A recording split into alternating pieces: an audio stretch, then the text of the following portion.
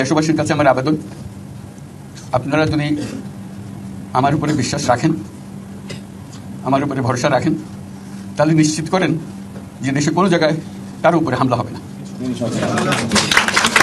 যে সরকার হবে সেই সরকার মানুষকে রক্ষা করবে, মানুষের আস্থাভাজন হবে। কেউ জোর করে তাকে বলার জন্য ভালো সে নিজে নিজে বিশ্বাস করবে সরকারি লোক দেখতে বলবে আমার লোক, আমাকে রক্ষা করার লোক। সেই আস্থাটা আমাদেরকে ফিরিয়ে আনতে হবে মানুষের মনে, তাহলে মানুষও যোগ দেবে এটাতে। মানুষ এখন পিছিয়ে থাকে যে কিসের মধ্যে আমাদেরকে ঢুকিয়ে দিচ্ছে। আমরা যেন জানতে পারি যে এটা আমরা সবাই মিলে আমরা অগ্রসর হতে পারি। একটা বড় সারা বাংলাদেশ একটা বড় পরিবার, এই পরিবার আমরা একসঙ্গে চলতে চাই এবং আমাদের মধ্যে দ্বিধাদ্বন্দ্ব যা কিছু থেকে সরিয়ে ফেলতে চাই।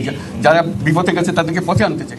যারা এটা সম্ভব করেছে যে তরুণ সমাজ, তাদের প্রতি আমি আবার সমস্ত প্রশংসা এবং কৃতজ্ঞতা জানাচ্ছি তাদেরকে। তারা আমার পাশে আছে, এরা এই দেশকে রক্ষা করেছে, এই দেশকে নতুনভাবে পুনর্জন্ম দিয়েছে এবং এই পুনর্জন্মে যে বাংলাদেশ পেলাম সেই বাংলাদেশ যেন অত্যন্ত দ্রুত গতিতে এগিয়ে চলতে পারে, সেটাই হলো আমাদের শপথ।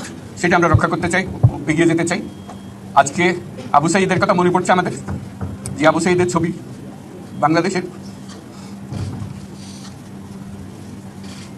প্রতিটি মানুষের মনে গেঁথে আছে, এটা কেউ বলতে পারবে না। কি অবিশ্বাস্য একটা সাহসী যুবক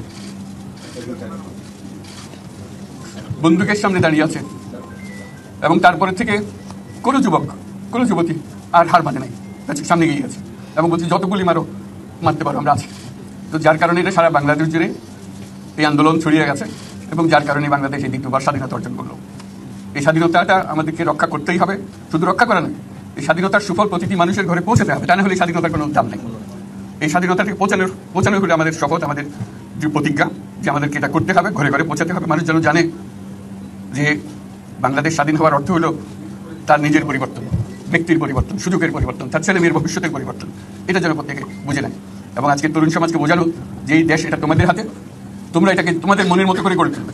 তোমরা যেভাবে স্বাধীন করতে পেরেছো তোমরা এটাকে তোমাদের মনের মতো করে গড়তেও পারবে এবং তোমাদের দেখে সারা দুনিয়া শিখবে কীভাবে একটা দেশ, একটা তরুণ সমাজ গ্রহণ করতে পারে এবং তাকে পাল্টে ফেলতে পারে। তাদেরকে আমি বারে বারে এমনি উপদেশ দিই যে পুরনোদের বাদ দাও, তাদের এই পুরনো চিন্তা দিয়ে এটার মুক্তি আমাদের হবে না করি, সারা দুনিয়ার মধ্যে এটা হবে না। শুধু বাংলাদেশের কথা নয়, সারা দুনিয়ার জন্য কথা বলছি। তোমাদের মধ্যে যে শক্তি আছে, যে ক্রিয়েটিভিটি আছে, সৃজনশীলতা আছে, সেই সৃজনশীলতাকেও কাজে লাগাতে হবে। এটা শুধু বই খাতাতে লেখার জিনিস না, এটাকে প্রকাশ করার জিনিস, স্থাপন করার জিনিস, সেটা মুখ করা। এটা আমরা এই আজকে আমাদের পুরো কাজটা হলো, দায়িত্বটা হলো তারা যেটা অর্জন করে নিয়ে এসছে এখন তাদেরকে দিয়ে এটাকে করিয়ে দেওয়া, আমাদের সমস্ত কাঠামোগুলো পরিষ্কার করে দেওয়া। সরকার বলে একটা জিনিস আছে কিন্তু মানুষের কোনো আস্থা নেই। মানুষ মনে করে সরকার একটা দমন পীড়নের একটা যন্ত্র, যেখানে সুযোগ পায় তার একটা কষ্ট দেওয়া, তার থেকে নিংড়ে দেওয়া, যে সকল স্তরে। এটা হলো তার থেকে কেমনভাবে সামাল দিতে হবে তাকে, এটা ভয়ের একটা জিনিস, তাকে সামাল দিয়ে চলা। এটা হলো সরকার। এটা সরকার হতে পারে না। সরকারকে দেখে মানুষের বুক ফুলে উঠবে যে আমাকে সাহায্য করবে, আমাকে রক্ষা করবে, আমার সরকার আমার জন্য দাঁড়াবে। সরকার তার জন্য দাঁড়ায় না করে সময়। এই সরকার হবে সেই সরকার মানুষকে রক্ষা করবে, মানুষের আস্থাভাজন হবে। কেউ জোর করে তাকে বলার জন্য ভালো সে নিজে নিজে বিশ্বাস করবে সরকারি লোক দেখতে বলবে আমার লোক, আমাকে রক্ষা করার লোক। সেই আস্থাটা আমাদেরকে ফিরিয়ে আনতে হবে মানুষের মনে, তাহলে মানুষও যোগ দেবে এটাতে।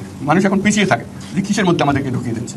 আমরা যেন জানতে পারি যে এটা আমরা সবাই মিলে আমরা অগ্রসর হতে পারি। একটা বড় সারা বাংলাদেশ একটা বড় পরিবার, এই পরিবার আমরা একসঙ্গে চলতে চাই এবং আমাদের মধ্যে দ্বিধাদ্বন্দ্ব যা কিছু থেকে সরিয়ে ফেলতে চাই। যারা বিপথে গেছে তাদেরকে পথে আনতে চাই, যাতে করে একসঙ্গে আমরা কাজ করতে পারি। এর মধ্যে আমরা শুনলাম, আসার পথে শুনে আসছি যে এখানে আইন শৃঙ্খলার ব্যাঘাত হচ্ছে, মানুষকে আক্রমণ করছে, ঘরবাড়ি জ্বালিয়ে দিচ্ছে, সম্পদ জ্বালিয়ে নষ্ট করছে, চুরি করছে, দিয়ে যাচ্ছে, অফিস আদালতে আক্রমণ করছে, সংখ্যালঘুদের উপর আক্রমণ করছে, হিন্দু, বৌদ্ধ, খ্রিস্টান, আহমদিয়া সবার উপর আক্রমণ করছে। এগুলো হলো ষড়যন্ত্রের অংশ, এগুলো আমাদের বিষয় না। যে যাত্রা শুরু হলো সেই যাত্রার শত্রু, কাজে এই শত্রুকে যাতে রোধ করা যায়, তাদেরকে বুঝিয়ে শুনিয়ে হোক, তাদেরকে আইন শৃঙ্খলার হাতে দিয়ে হোক, এটা বোঝাতে হবে। তাকে মেরে পেটে এটা ঠিক না, আইন শৃঙ্খলা নিজের হাতে ঠিক না। তাকে আমাদের আইন শৃঙ্খলা বাহিনী এমন হতে হবে, তাদের হাতে সুপর্দ করলে আমরা নিশ্চিন্ত থাকবে তার একটা বিহিত হবে। এমনগুলো আমরা হাতে দিয়ে দিলাম, 2 টাকা দিয়ে আবার ছেড়ে দিল, এটা যেন আবার না।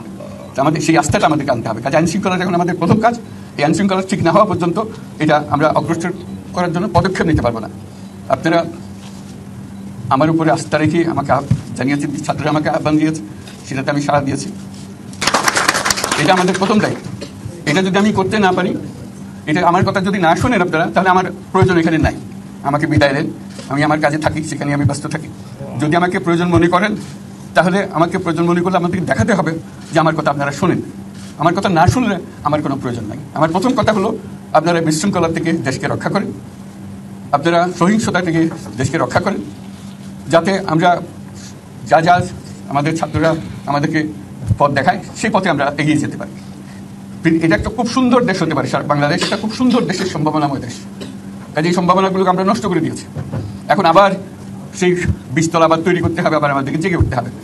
তারাই এই বীজতলা তৈরি করবে, তাদের হাত দিয়ে হবে, এবং তাদের দিকে আমরা তাকাবো এবং আমরা তাদের নির্দেশ মতে আমরা অগ্রসর হব।